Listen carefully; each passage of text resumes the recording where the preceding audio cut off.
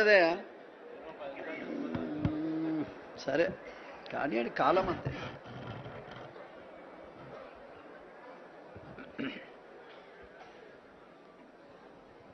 అందశ్రీ గారి సంతాప సభ కార్యక్రమానికి నన్ను పిలిచి మాట్లాడమని చెప్తున్నందుకు రాష్ట్ర ప్రభుత్వానికి, ముఖ్యంగా మన లక్ష్మణ్ గారికి ధన్యవాదాలు. ఏదేమైనా మన ముఖ్యమంత్రి గారు ఒక పేదోళ్ళ మనిషి అయినట్టుగా, అట్టడుగు వర్గాల మనిషి అయినట్టుగా,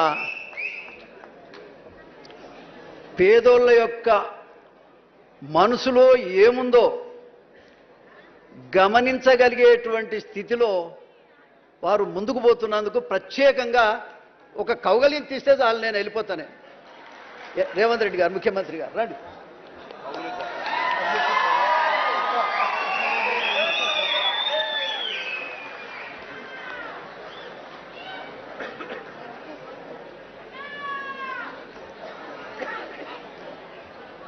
అరే కులంలో పెద్దోన్ని, 70 ఏళ్ళ వయసు వచ్చినాయి, ఒక నిమిషం మాట్లాడమంటే నేను లక్ష్మణ్ గారికి మొదటే చెప్పా, ఏది ఏమైనా ఇవాళ వ్యవస్థలో నాయకులే మంచోళ్ళు కావాలి. మాయమైపోతున్నాడమ్మా మనిషి అన్నవాడు, మచ్చుకైనా కానరావటం లేదు. ఎక్కడో ఒక చోట ఒకడు ఉంటే వాడు కూడా కనపడతలేడు, ఏడున్నాడో ఏం సంగతో అని అందశ్రీ పాట రాశారు. ఏడున్నాడో ఎందుకు అనుకోవాలన్నాయా? మన పేద వర్గాలంతా ఉన్నాడు మన రేవంత్ రెడ్డి గారు అనుకోవాలి. మనం నువ్వెన్ని కోట్లు ఇచ్చినా ఈ ఆత్మీయత నీకు రాదు.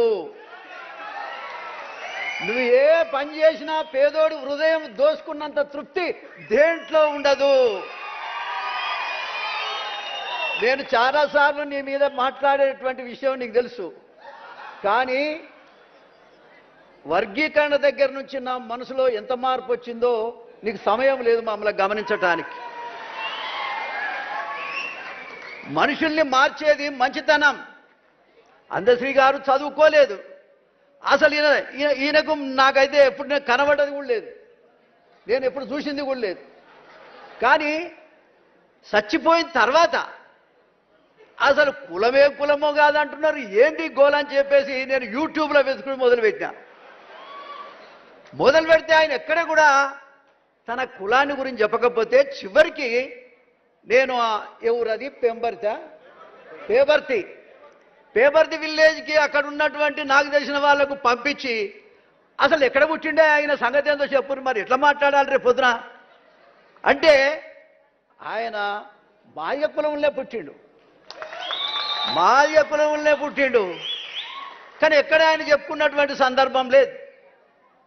కానీ నేను గర్వపడుతున్నా, నేను ఒక దళితుడిగా, దళిత వర్గాల్లో కూడా ఒక మాదిగ కులస్తుడిగా నేను గర్వపడుతున్నా. మా గద్దరన్నను చూసి నేను గర్వపడుతున్నా, మా జయరాజ్ అన్నను చూసి కూడా గర్వపడుతున్నా. తెలంగాణ వచ్చిన తర్వాత మా ఒళ్ళు ఎంత చైతన్యమైందంటే ఇంటికో డప్పు, ప్రతి హృదయం కూడా కళాకారుడై సమాజంలో జరుగుతున్నటువంటి అన్యాయాన్ని గొంతెత్తి స్థాయికి మాత్రం ఎదిగింది. మాకేం రాలే, దళిత వర్గాలకు పేద వర్గాలకు ఏమీ రాలే, కానీ చైతన్యం వచ్చింది. ఆ చైతన్యాన్ని ముఖ్యంగా ముందుండి నడిపించినటువంటి నాయకుడే అందశ్రీ అని కూడా ఈ సందర్భంగా నేను తెలియజేస్తా ఉన్నా. నీకేం కావాలి? నువ్వు ఎన్ని రోజులు ఉంటావో ఉండు ముఖ్యమంత్రి, మేము కాపాడుకుంటాం నేను. నువ్వు ఎన్ని రోజుల్లో ఉంటావో ఉండు, నేను 10 ఏళ్ళు కాదు. ఇవాళ కావాల్సింది మంచితనం కావాలి. నువ్వు పాడే మోసినావు, ఎవరైనా పాడే మోస్తే మోసిడొచ్చు. ముద్దాన్నావు, కొడుకు చేయాల్సిన పనులన్నీ కూడా నువ్వే చేసినావు. అరే నువ్వే మాది కూడా అనుకుంటాం, నువ్వే మాలాయనం అనుకుంటాం. 59 కులాలు నీ వెంబడే ఉండేటట్టు చేస్తాం. నాకు నువ్వు ఏమి ఎక్కర్లేదు, సమస్యల మీద మాట్లాడటానికి అవకాశం ఇస్తే చాలు. నీ ఎంబడే నాకు 70 ఏళ్ళు వచ్చినాయి, షుగర్ బాగుంది, ఎప్పుడు పోతున్నా తెలియదు. అందశ్రీ గారు 64 ఏళ్ళకే పోయింది, నాకు 70 వచ్చినాయి. నేను 70 వచ్చిన నెల చూస్తుంటా, వీడు గట్టిగా నడుస్తుండా, నా పని అవుతుందా ఉంటుందా. మా హనుమంతన్నను చూస్తే అరే 20 ఏళ్ల కింద చూస్తే అట్లే ఉండి ఇప్పుడు అట్లే ఉన్నాయి. ఈయనతో పాటు పాదయాత్రలు కూడా చేసినట్టు మహాలేరులో.